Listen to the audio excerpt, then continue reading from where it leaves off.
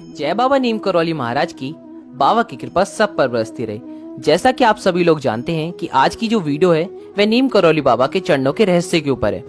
इससे जुड़ी जानकारी मैं आप सभी को देना चाहूंगा कि नीम करौली बाबा किसी भी भक्त से अपने पैर नहीं छुड़वाते थे। जब भी कोई भक्त बाबा के चरण स्पर्श करने की कोशिश किया करता था, बाबा हनुमान जी के चरण स्पर्श करने के लिए कह दिया करते थे। लेकिन एक व्यक्ति के संग बाबा ने कुछ ऐसा करा कि अपने चरण जानबूझकर उसके सिर पर लगाए और अपने कंबल उसके सिर पर छुलाया, जिनका नाम भगवान सिंह जी है, जो कि हनुमान सेतु मंदिर लखनऊ के पुजारी हैं।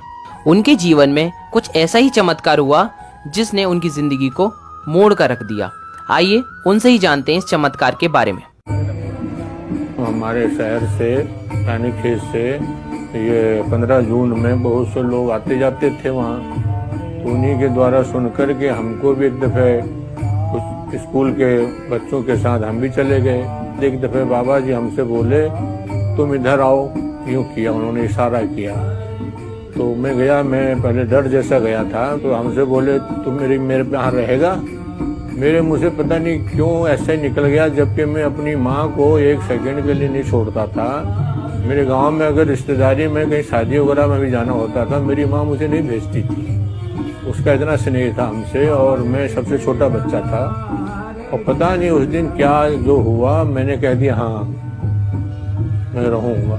क्या उम्र थी उस समय? उसमें यही रहोगी, 12-13 साल की होगी। दिमाग में पता नहीं क्या हुआ, हम वहाँ से उनके साथ चले गए। फिर हम सवेरे करीब सूर्योदय नहीं हुआ था, हम वृंदावन पहुंच गए।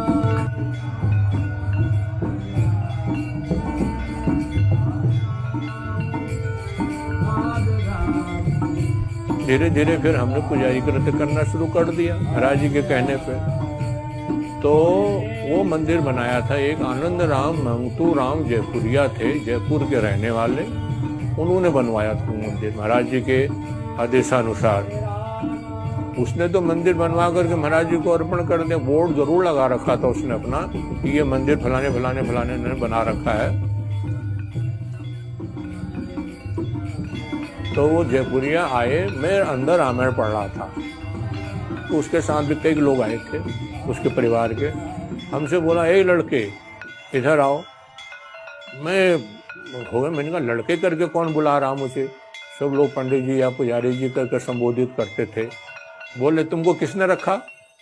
मैंने कहा महाराज जी ने रखा। बोले तुम तो ठाकुर हो? मैंने कहा हाँ। अब तुम तो कुछ जानते नहीं हो, पढ़े लिखे तो हो नहीं। अब मैंने कहा जो हूँ सो हूँ, मैं ज़्यादा नहीं बोल पाऊंगा, नहीं आपको उत्तर दे पाऊंगा। मुझे महाराज जी ने रखा है बस, और मैं कुछ नहीं जानता हूँ। इतनी मेरी उसकी बात विवाद हो ही रही थी कि पीछे से आवाज़ आई जयपुरिया इधर आओ। पीछे से महाराज जी आए। महाराज जी इतनी तेजी से आ रहे थे, मैं समझा एक तो ये बिगड़ रहा है, और मुझे लगता महाराज जी भी बिगड़ेंगे यहाँ मुझे।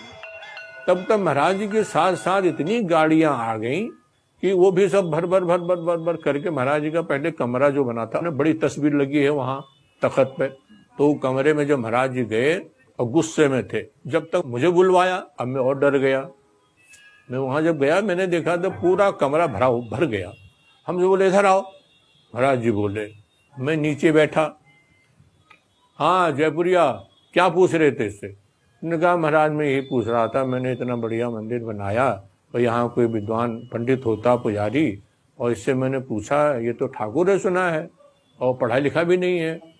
अरे तुम क्या जानो, ये बहुत पढ़ा लिखा हुआ है। अरे तुम क्या जानो, तो इसके पास डिग्री नहीं है। बस डिग्री कौन सी? मीराबाई के पास क्या डिग्री थी, कबीरदास जी के पास क्या डिग्री थी, तुलसीदास जी के पास। एक सांस में उन्होंने कई साधु संतों के नाम ले लिए। वो महाराज जी का शरीर तमतमा करके लाल हो रहा था एकदम, और इतना क्रोधित हो गए उसके ऊपर, तोड़ दो अपना मंदिर, साले हमारे पास 50 लोग हैं मंदिर बनाने वाले, बोर्ड हटा दो, यहाँ से वहां तक बोर्ड लगा रखे हैं तुमने, और ये मंदिर को तोड़वा दो अपना, तुमको इतना अहंकार है अपने पैसे का। बोले क्या सुनना चाहता है इससे? बहुत बड़ा विद्वान है ये, तुम नहीं जानते इसको। तो वो भी अहंकार में चूर था। उसने कहा महाराज जी गीता सुना देंगे। हाँ गीता सुना देगा, कौन सा अध्याय सुनना चाहता है? ने कहा 11वां अध्याय सुना देगा ये। तो मैं, महाराज यहाँ बैठे थे, मैं नीचे बैठा था। तो मेरा तो जब जब वो बात हो, मेरे उसी लय में मेरा शरीर कांपे, मुझे डर लगे मुझे। तो महाराज जी ने एक दफे ऐसा कुछ किया कि यूं जैसे पैर बदला और वैसे कम्बल मेरे ऊपर ढकते हुए अंगूठे से मेरे यहाँ पर टच कर दिया और फिर मैं बिल्कुल ऐसा बेहोश हो गया कि मुझे कोई फिर होश नहीं है। लेकिन ये मुझे लग रहा, आभास हो रहा था कि हाँ मेरे कंठ से आवाज आ रही है, गीता के श्लोक और इस प्रकार की आवाज, इतनी शुद्ध आवाज मुझे सुनाई दे रहे थे वो, लेकिन मुझे और होश नहीं हो रहा था। पूरा कमरे में सन्नाटा हो गया, जितने भी लोग बैठे थे। तब तक देवपुरिया बिल्कुल रोने लग गया और महाराज जी को प्रणाम किया, महाराज जी से माफी मांगी।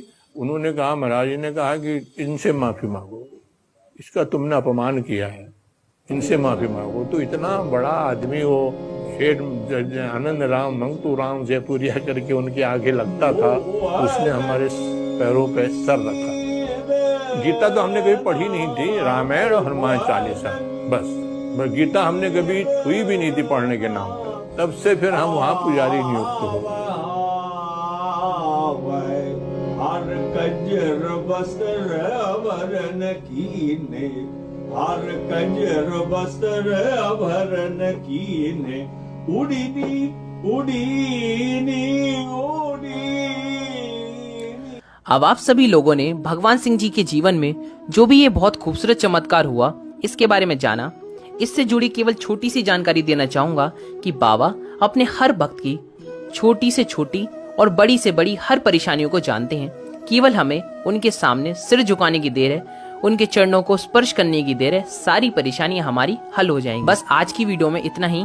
फिर मिलते हैं नीम करौली बाबा के नए किस्सों के साथ। जय बाबा नीम करौली महाराज की जय। चैनल को सब्सक्राइब करें और बेल आइकन दबाएं, जिससे आपके पास वीडियो डलते ही नोटिफिकेशन आएगी, जिससे आपकी कोई वीडियो नहीं छूटेगी। जय बाबा की। मधुराधिपते